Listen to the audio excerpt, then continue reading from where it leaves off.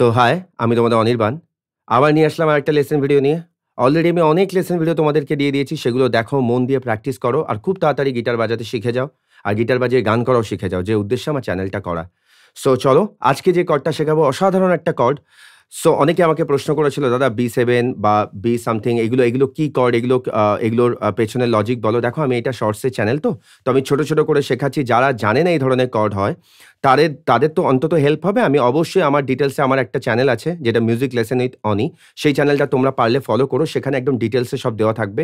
আমি সব ডিটেলসে আলোচনা করে দেবো, কিন্তু এখানে আমি শর্টে যতটুকু, কারণ অনেকেই জানে না যে সি মেজর 7 হয়, B7 হয়, বি মেজর 7 হয়, A7 হয়, A sus2 হয়। এই যে এই নোটগুলো, এই কর্ডগুলো যে হয়, অনেকেই জানে না। তাদের জন্য অন্তত হেল্প হবে। তো আমার ভিডিওগুলো তাদের জন্য করা।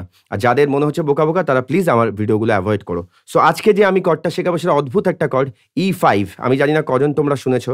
E5 কর্ডটা এত ইজি, তোমরা এত ভালো লাগবে তোমাদের প্লে করতে। আমি তোমাদেরকে দেখিয়ে দিচ্ছি। তাই E5 কর্ড আমরা কি করে প্লে করব। তাহলে আমরা সবাই জানি সি মেজর 7-এর লেসন আমি তোমাদেরকে দিয়ে দিয়েছি। সি মেজর কর্ড আমরা জানি, এই যে C major chord. C major 7 মানে আমি এই আঙুলটাকে তুলে দেবো, মানে এই দুটো আঙুলকে যদি আমি ফেলি, জাস্ট এই দুটো আঙুল, এই দুটো আঙুল হচ্ছে সেকেন্ড ফ্রেটের 4th স্ট্রিং অ্যান্ড থার্ড ফ্রেটের 5th স্ট্রিং। এটা হচ্ছে সি মেজর 7। আমরা এই 5টা স্ট্রিংকে কিন্তু স্ট্রাম করবো, এটা মাথায় রেখো।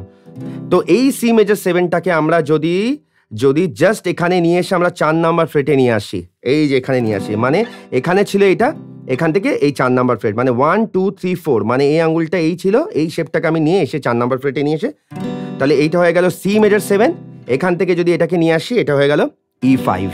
তাহলে E5 একটা মিষ্টি সাউন্ডিং কর্ড। আমি এটার ভীষণ ভালো একটা কর্ড প্রোগ্রেশন আমি নিয়ে আসবো। দেখো কত সুন্দর লাগছে। দেখো, এটা সি মেজর 7 আর এটা দেখো E5। দেখো কত সুন্দর একটা মিষ্টি সাউন্ড। তো চলো, E5 কর্ডটা তোমাদেরকে দিয়ে দিলাম, একটা নতুন কর্ড।